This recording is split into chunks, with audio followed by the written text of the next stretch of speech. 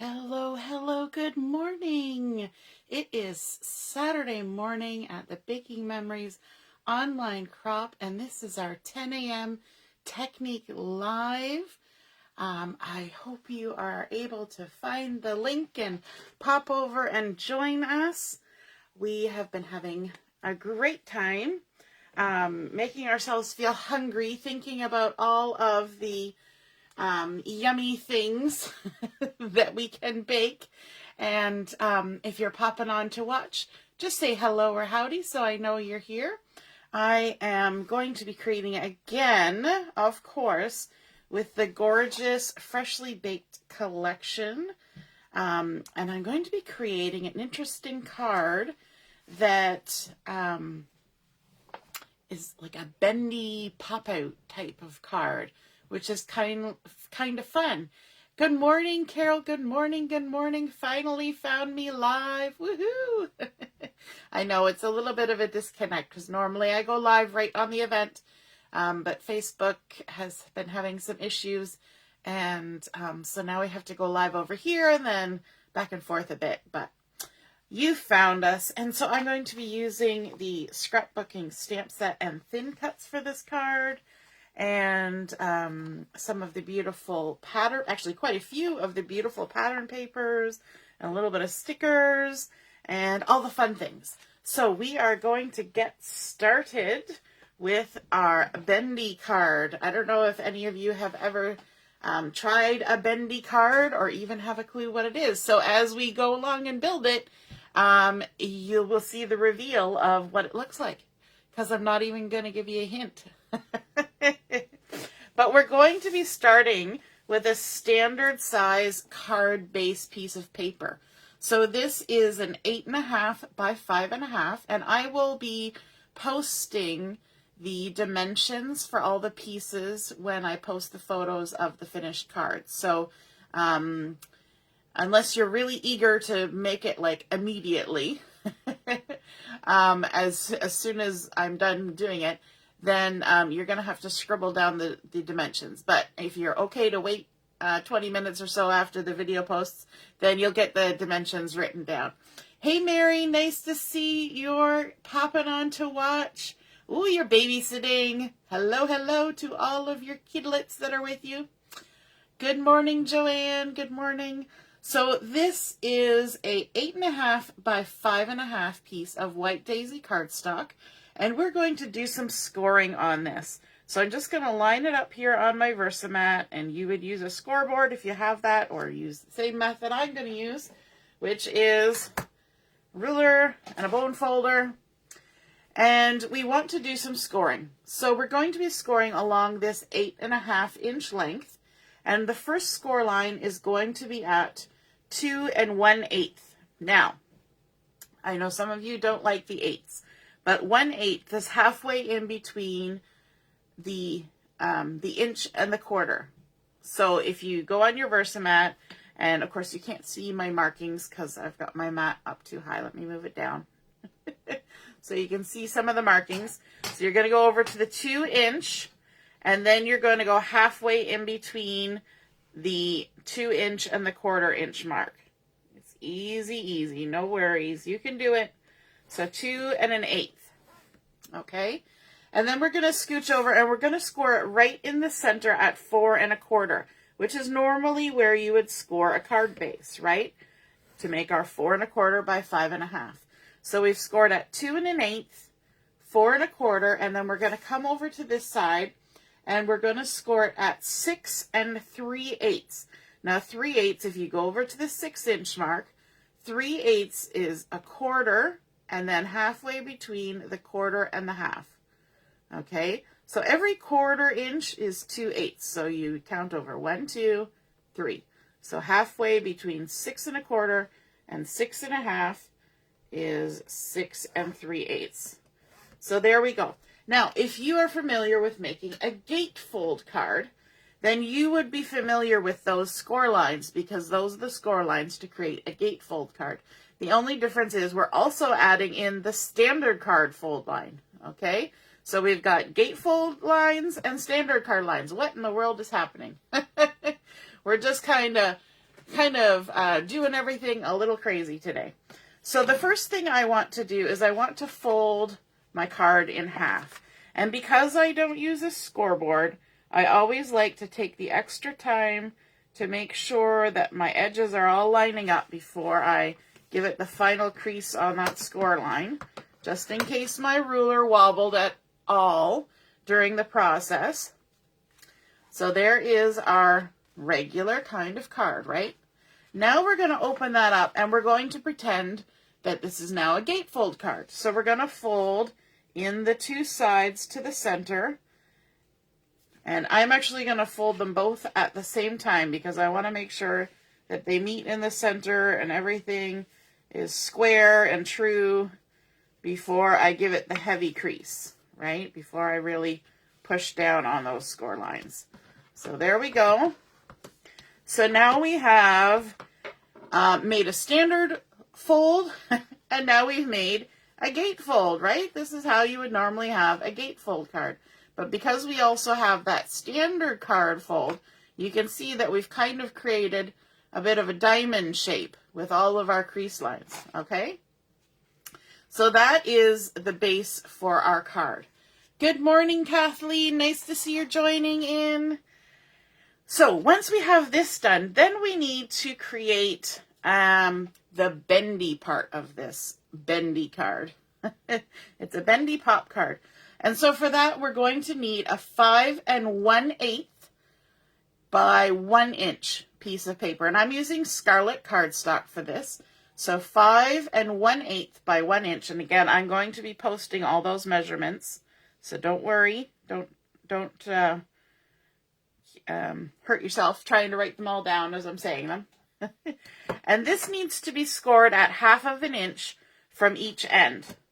So I'm going to just do it the easy way, and I'm going to score 1/2 inch from the end, and then I'm going to turn it around and score 1/2 inch on this end too. And that's easier because we have that 1/8. It's just so much simpler just to do the 1/2 inch on the one end and repeat it. Okay, so we've got our 5 1/8 by 1 inch piece of Scarlet. We've scored it 1/2 inch from each end, and we're going to fold those score lines and crease them. Come around and fold them. We're folding them all the same direction to the back. You know, just like if you were going to add a little pocket or a tuck spot to something, we've made little glue parts. And for this, I'm actually going to be using some red tape because I want to make sure that these pieces get stuck down really well. Now I have to find the end of my red tape. There it is.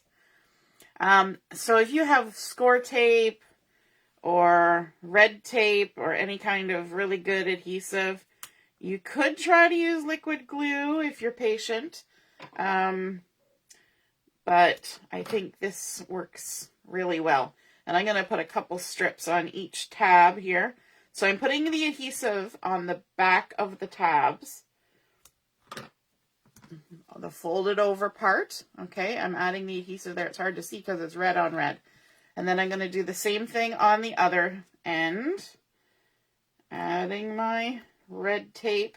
And red tape is just a little bit sturdier than normal, than the normal adhesive, so that if it sees a little bit of action, it's not going to give up and let go.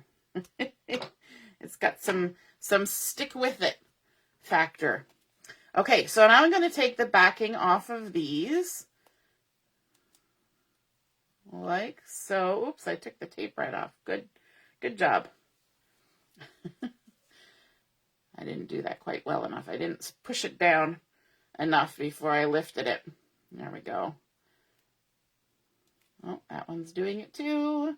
It's because I overlapped them. Let me go back, and I'm just going to add a little bit more down here since I took the tape back off. I overlapped them too much. I have poor aim this morning. There we go. Get that on there. Burnish it down a bit. And then take the backing off and leave the tape. Good. We've got it now. Everybody's had a day like that, right? Now what we're going to do is we're going to make sure those little tabs are folded back. And then we're going to line it up inside the two gatefold score lines, centered from top to bottom. And there should be a little bit of a gap, like a 1/16 of an inch gap between the end of your cardstock and the fold. I don't know if you'll be able to see that. You see how there's a little bit of a gap? That's perfect. That's what you want. And then we can even take our bone folder and just make sure that that's stuck down good. And now if I stand my card up and I go like this, let me bring my light in a bit better, you can see how we're going to get that bendy part of the bendy card. Hopefully you can see that. See how it kind of bows out? So that's why we have that center crease on a gatefold card. It's really kind of a fun card because we all know how to make a standard card. We all know how to make a gatefold card probably. And so we're just combining the two to create a cool pop out kind of floaty center in our card, which is, I think, is really, really fun, right? You take things that you already know and just modify them so that you get a really cool effect. Now, I want to add some decorative elements to my card. And let me just grab a couple of things here. I've got things stacked up here in the wrong order. There we go. So I took some of the pattern paper from the, Freshly Baked collection. And this is the one that has the recipe printed on it. And it's nice and scarlet colored. And that's why I have this scarlet piece in the center here. And what I did was I cut out a 2" by 2" by 5 3/8 piece of that pattern paper, and then I cut it in half. So I end up with two 2 by 5/8 pieces. And the reason why I did it as a whole first is because these have words on them.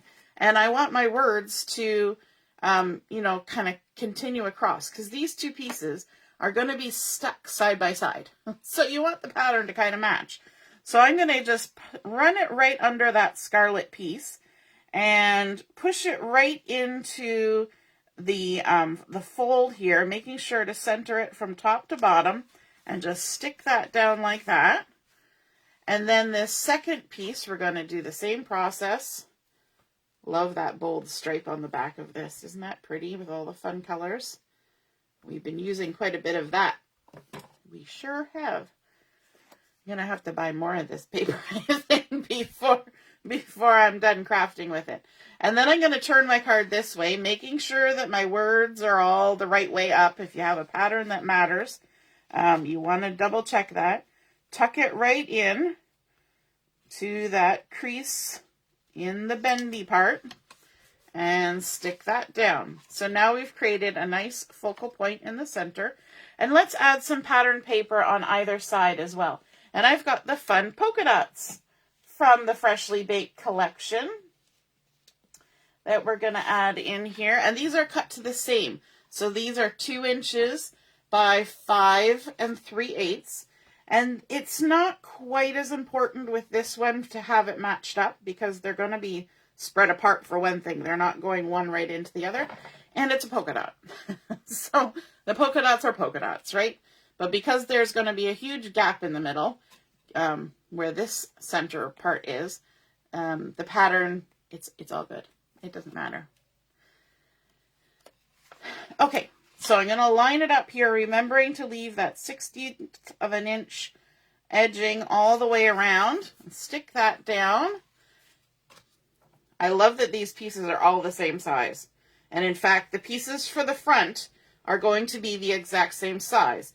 2" by 5 3/8. And that is lovely, right? Once you know one, you just keep cutting. And peel that off. And I'm going to spin my card around. I always find it's easier to have the edge that I'm lining up with facing me like this, unless I'm doing a whole card front, and then I like to have it where my fingers touch onto the fold. Okay, so now we need to create something here in the center so that when we put an image or something in here in the middle, because it bends out like this, you can't adhere something straight across, or it just wouldn't have that bendy effect. So the piece that we're adding in there is 3 inches by 1 inch. Okay, and I'm just using white cardstock because we're not going to see it. So 3 inches by 1 inch, and we're going to do some scoring on this as well. So just line it up on the Versamat, and we're going to score it at 1/2 inch. If I can line up my ruler, it's wobbling around. At 1/2 inch, and then again at 1 inch. And then you can either score 1/2 inch and 1 inch from this end, or you can just turn it right around, which seems to be the easiest. And we're going to score 1/2 inch and 1 inch here as well. So 1/2 inch and 1 inch. There we go. So there's a 1 inch square in the center that has not been scored. And what we're going to do is we're going to fold this this end 1/2 inch forward, and then we're going to fold the next one backwards. So we're creating like a little zigzag. See how that's making like a little zigzag? So we're going to do the same thing at this end. We're going to fold the first 1/2 inch forward, and we're going to fold the second 1/2 inch backwards, so it matches. Look at that, like little frog legs. And then we can go ahead and crease it down with the bone folder, just like that. Hold it to the other side. And what this is going to allow us to do, you see how this front bit is a nice flat panel, and then these back 2 bits are separate, and they can kind of move around. And those 2 little movey aroundy legs are what's going to attach to that bendy bit so that they can move with the bend as it bends. If we just put a flat thing on there, it wouldn't be able to bend. Make sense? Sure it does.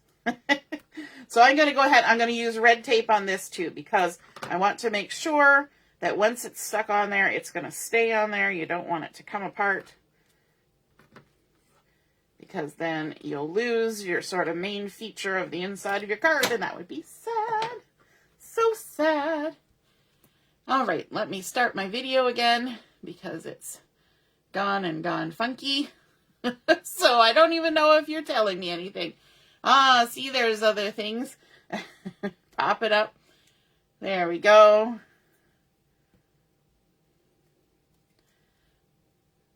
So Kathleen, you're liking this card? Awesome. Nice to hear that. Okay, so I've removed the backing off my tape, and I've got my little legs, so they're kind of, you know, running vertical, right? I got one on either side, and I'm going to take those legs, kind of squish them all down flat, and I'm going to stick it in the center. Now, if you're not exactly in the center, it's okay, but try to aim for the middle as much as you can, right on that little band. And then you can see as it bends, it's still bending okay, and this little part can kind of move, and then whatever you stick on there is going to be nice and flat, even though the archy part, the bendy part, is bent. Okay? So now we need to go on to some decorating. That's the part we love, right? So I've got my scrapbooking freshly baked stamp set and the thin cuts, and I've gone ahead and I've cut out the lovely thin cut here that creates a baking rack, which I think is just so fun. You probably won't be able to see it very well because I got, there we go, that'll help. So I've cut it out using pewter cardstock, and I find I have had no trouble cutting this die cut. Sometimes intricate thin cuts are a little bit difficult to cut out and have all the little pieces come out. But I've had no trouble with this. What I do is I take a scrap piece of paper and I put it under my cutting plate in my die cut machine. Then I put my cutting plate on, whatever machine you use, they all kind of work the same. And then I put my paper with my thin cut on top of that, and then the top plate, and I run it through, and I go in and out, and in and out, and then I take it out, and literally all I do is I take the back end of my piercing tool and I go like this, flickety, flickety, flickety, flick, and it's like a shower of confetti, and 99% of them all come out. There's the odd one that'll kind of be dangling off the back, right? And you just have to kind of pick it off. But I haven't even had to go around and poke anything out. So I am super, super happy about that because it is so easy, because I was worried, but not a problem.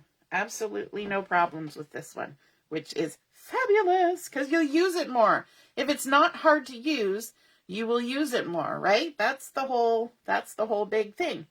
And then what I also want to do, so we've got this for a little bit of embellishment. I also want to cut out some of these little gingerbread men and stamp them up. And to do that, I'm going to be using some Toffee cardstock, which I somehow didn't get out. Let me just grab a piece. Some Toffee cardstock, and I don't need a piece this big. So let me also grab my trimmer.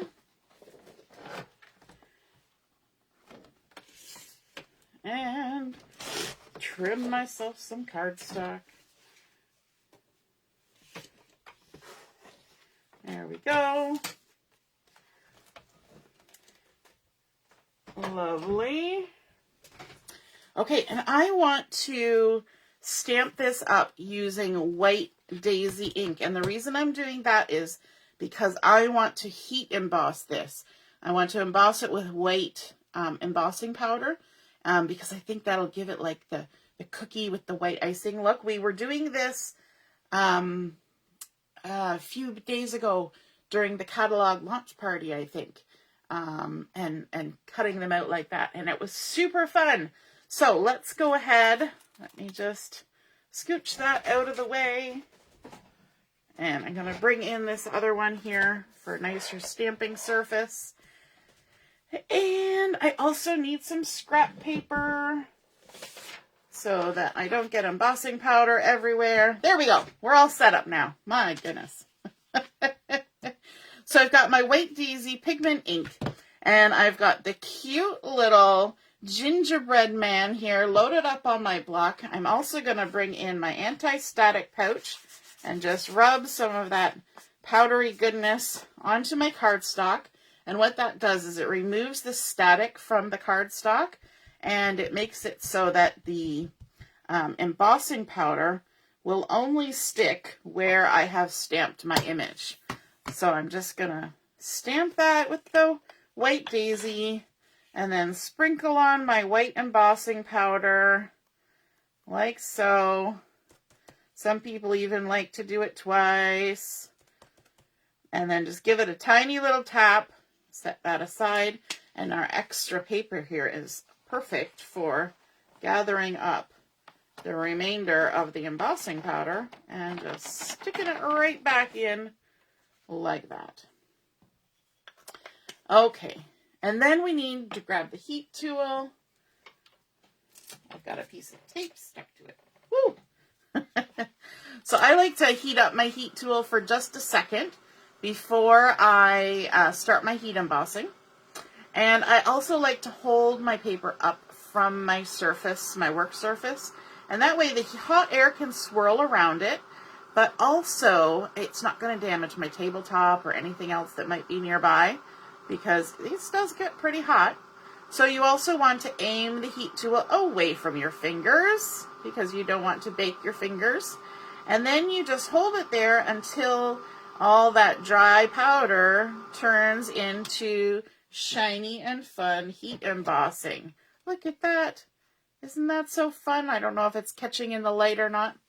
Now, you could fussy cut this out by hand, but we also have the thin cuts in that set. So I've gone ahead and I have cut out some little gingerbread guys with my die cuts. I'm rooting through the pile. There's my little gingy, my little gingies. Aren't they so sweet? Oh my goodness. Love those. I also want to do some stamping on for the front of my card. So let me bring my card in, and I'm going to do it all at once because I've got my stamping surface here. So on my front of my card, I'm going to do some other things, but I also want to have a sentiment stamped on there. And so I've got a piece of honey butter that's been cut to 3 inches by 3 inches, and I'm going to be using the Mocha ink for this. So I might as well get all my stamping done while I've got this all set up here. And I'm going to stamp out the One Cute Cookie sentiment from the stamp set because I think that's just so sweet. And it works so well with the papers that we're using and the cooling rack. So I'm just loading that up with Mocha ink. And then I'm going to, let me bring it a little closer to me. I'm going to line it up closer to the top of my 3-inch square. And just press that down. It always looks like I'm pressing really hard, but it's just because my fingers don't press. So I gotta kind of use the heel of my hand. And there we go. One cute cookie. Isn't that awesome? And then what I want to do is in that stamp set, there's also a fun little icing border. And I thought that that would be really cute to add a little extra at the bottom of this little 3x3 card. So I'm going to ink that up in Mocha as well. And then stamp it just as a little border stamp down on the bottom here. A little squiggle of icing. Whoops. Like that. And of course I had a little piece of paper there to catch any excess ink that was going to run off the end. So there's our One Cute Cookie for the front. So I'm going to set that aside. We'll come back to that because we're still working on the inside of our card. Let me move this out of the way. And bring these in and bring this in. Now I want to add this onto here. And you can see right away that there's a bit of a problem with this. And what is the problem that you see? The problem is staring at you right in the center. You see how that white patch is just hanging out, right? And we don't really want to see that. We want to see our little cooling rack, and we want to see our cookies, but we don't want to see the mechanism behind what's happening, right? It's kind of like leaving things to mystery, right? So what I'm going to do is I'm going to add some adhesive to this. I could always put the cooling rack on another piece of cardstock and trim around it, but I didn't really want to. I kind of like having it so that it floats in the air just as the rack rather than as a solid piece, because it kind of takes away from it if it's solid, right? So I'm just adding some of this really good red tape on there like that. And what we're going to do is we're going to remove the backing. And we're going to stick our cooling rack on there. And I think I might even put it at a little bit of an angle. Not a lot, because there's not a lot of space for it to be angled, but just a little angle, just for fun. So keeping in mind top to bottom, side to side. So just a smidge of an angle like that, and it's stuck into that really good tape. But this is where we're going to come in with some stickerage, and that will help hide what's happening here. So I thought it would be really cute to use this little gingerbread house because we've got gingerbread men going on. And we can use this little gingerbread house to cover that little spot in the center, just like that. I think that is so cute that it just kind of covers it right up. If you wanted to, you could pop it up with a little bit of foam.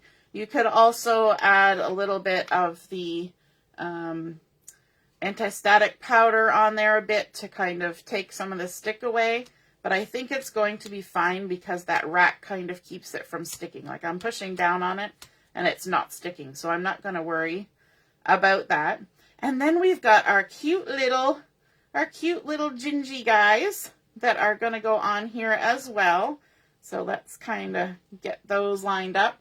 And you're going to have to be a little bit careful with how you stick those on. So I'm going to try it with the Quickie glue pen. I love to say that. I'm going to try. And what I'm going to do is I'm actually just going to apply some of the Quickie glue pen to the rack itself and not to the cookie, and then stick the cookie down onto it. And we'll see how that works. And if I find that these fall off, in the next day or so, then I'll just come back in and I'll use a bigger kind of glue thing, and just be careful. Put a little piece of wax paper or something behind it until it dries. But I think this might work. So let's go ahead and we'll add some down here. So this Quickie glue pen is great when you have to get into tight places, little tiny pieces, because it's the size of a pen. I don't know if you've ever tried these. Now, the only thing that you need to keep in mind is if you wait too long to stick it down, it kind of almost creates more like a sticky note. And then, the things lift off. So you want to apply it and stick it and don't linger, right? So there, we've got our little gingies stuck on there. I think isn't that the name of the gingerbread man from Shrek? Gingy? That's why it's stuck in my head. And then I thought I would also add in one of these cute little sayings down here. And I was thinking maybe baked with love would be kind of cute on here as well. So we could just add this in here. Let me see. I think maybe up here. And because this one is a little bit bigger than what's on there. Was this the one I wanted to use? Yep, I think so. I may find that I need to apply a little bit of the anti-static pouch because it's sticking over the end. And what you do is you just take this and dab, dab, dab. I can even go in behind, because this rack will bend.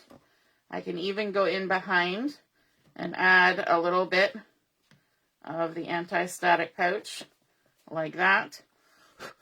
And then blow it all the way. And then, yeah. See, there we go. It's not going to stick. Love it. Of course, you could always stamp something out and add there. It doesn't have to be a sticker, but it's just quick and easy because the stickers are already there. And look how fun that is, where that little rack just pops right out and creates so much dimension on there. So then let's close it up, and we're going to be decorating on the front of the card as well. And so I have cut out a couple pieces of yet another pattern paper from the collection. And this is the one that has all the baking things happening on it, right? There's the cooling rack and the baking tray and the oven mitts and the rolling pin and the cookie cutters and the gobs of dough and the icing and the sprinkles and all the things.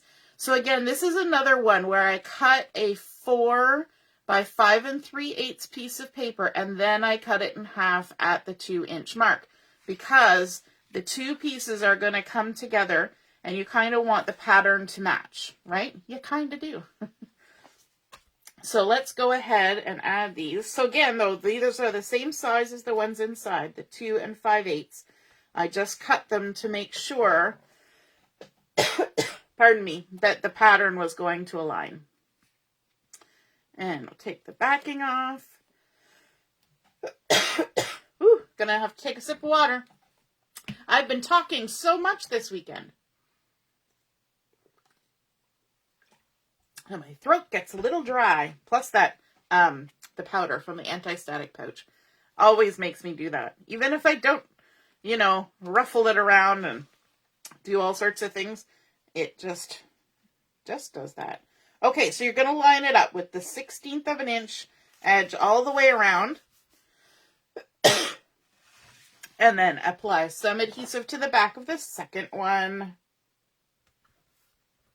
Just like that. Ooh, my goodness. Sorry about that. I'm coughing in the video. Okay, there we go. And we're going to make sure that our pattern lines up before we stick it down.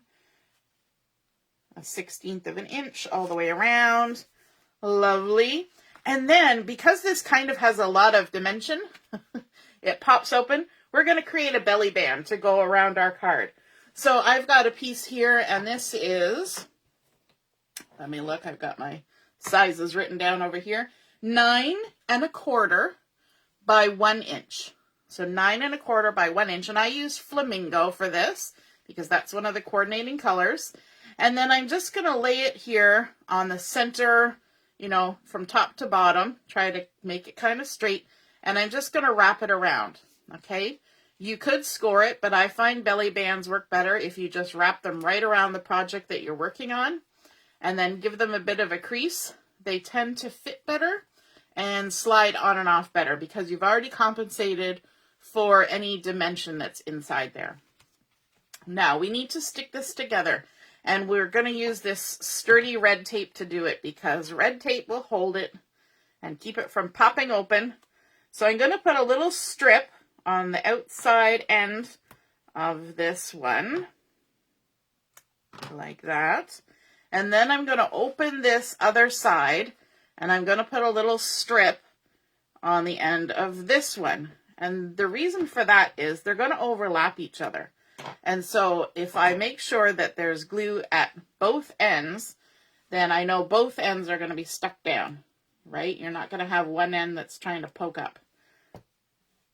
So remove the backing off of both of those. And keeping in mind which one goes down first. So this is the one with the glue on the top side. And then this one's the glue, the one with the glue on the opposite side. And stick them down. Make sure they're stuck. And there we go. And our belly band can slide up and down. If I could grab it. It slides up and down. And now here's where we're going to bring back in that one cute cookie that we cut out. And this is, or that we stamped out. And this, again, it was a 3 inch by 3 inch honey butter. And I'm just going to round the corners because I think, you know, it's going to be sliding up and down. You don't want any pokey corners sticking out. So if you have a corner rounder, you can use that. I just like using my scissors just to round all those corners. Lovely. And then I'm going to bring in a piece of Toffee cardstock, which looks lovely with all this baked cookie goodness, and layer those two together. And this Toffee was cut at 3/4 of an inch square. Sorry, not 3/4, 3 1/4. Ooh, that's a big difference. You're all looking at that going, that is not 3/4 of an inch. I don't know what she had in her morning coffee, but that is not 3/4 of an inch. 3 1/4 inch square. And then I'm just going to lay my honey butter right on top. I just have to say that the names of the cardstock that are coordinating with this collection, the honey butter, the toffee, it's like it was made for the baking collection, right? And it makes me hungry for something delicious when I hear all those names, right? There we go. I'm just rounding the corners. And I like to do this because I do my corner rounding by hand. I like to do it after I stick the two layers together so that the corners are going to match because I kind of follow the corner that was there before. Now, to stick this on the front, we need to make sure we only put adhesive where it's going to touch the band. And the other thing is, we're only going to put adhesive kind of in the middle because, again, it's the same as the inside. Because this is bending, you want it to stay level without being, you know, stuck one way or stuck the other way. So we're just going to apply some sticky in the middle. So what I like to do is I lay it right down on top, and then I can take my red tape and kind of visually know where the center is because I've got the belly band showing there. So I just go ahead and add a couple little bits of red tape in the center. You could also use a foam square or something to do this, but we're already got quite a few layers happening here, and if you're going to stick this in the mail, you might not want to add foam tape to add any extra height. Because as you know, the post office will charge you just a little bit more every time you add just a little bit more. So then we can go ahead and line this up and stick it down in the center. And then you also got to do the check. Got to check, yep, the glue did not touch the card. So we know it's going to slide in and out. So we've got one cute cookie like that on the belly band. And let's see, I know I just said we're not going to add a lot of stuff, but you just have to add a little bit of something, right? So I got my freshly baked dots that we've been using this weekend because they're just perfect. And let's add a couple little blings. Let me see. There's a little red one and a little pink heart and maybe a medium-sized little toffee heart down there by the word cute. Just a little something to say that we were there and we added a little something. Okay, so that is all we're going to do on our card today. So we've got our lovely gate folded and standard folded card base. We added some beautiful pattern paper up to the front here, a belly band layered up with some stamping and even using that icing border, rounded the corners, and then we're going to pull that off and then open it up and pow, look at that. It pops right out, baked with love, that fun cooling rack with our cookies cooling on top of it. And it stands up lovely and it's kind of floating. You can have it on a nice display like that. And you might be wondering, where are we supposed to write the message? Well, I'm glad you asked. The nice backside of this card is beautiful for writing a message. Not only that, if you write something that you maybe don't want everybody to read, when they put a card on display like this, you know, they're not going to see the message on the back. However, if you do want the message on the inside, say it's just happy birthday, that sort of thing, you could always leave one of these panels. You could add an extra little piece of cardstock to it to write your message. If your center embellishment wasn't too big, you could add a spot at the bottom where they could write. So lots of things. You don't even have to put a pattern paper in behind that centerpiece, but I think it's lovely that we did. So there we have it, our one cute cookie Bendy Pop card. I hope you guys enjoyed learning that technique, and I think this is really a technique more than a card thing, because we already know how to make a standard, we already know how to make a gatefold, and we're just combining it with that little springy bit in the middle, and I think that's super fun. All right, have a wonderful day. If you have a chance, pop on at noon for Chat and Craft and take a look at the challenges and things that have been posted today, and we will see you again soon. All right, toodaloo, bye.